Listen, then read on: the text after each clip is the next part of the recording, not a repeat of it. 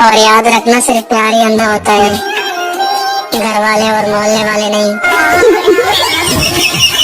तुम शक्ल की बात करती हो, लोग मेरी स्माइल देख के इम्प्रेस हो जाते हैं।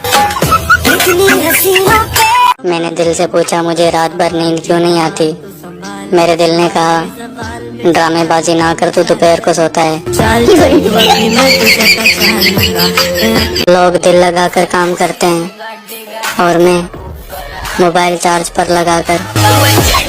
रात को 2 बजे कोई प्यार में हंसता है, कोई प्यार में रोता है और मुझे भूख लग जाती है। लोग तुर्किश और कोरियन ड्रामे देख रहे हैं और मैं तुम्हारे। मुझसे पंगा बिल्कुल मत लेना। मैंने अपने रिश्तेदारों से सीख लिया है किसी का जीना आराम कैसे करते हैं। रिश्तेदार कभी बुरे नहीं होते। कैसा लगा मेरा मजाक?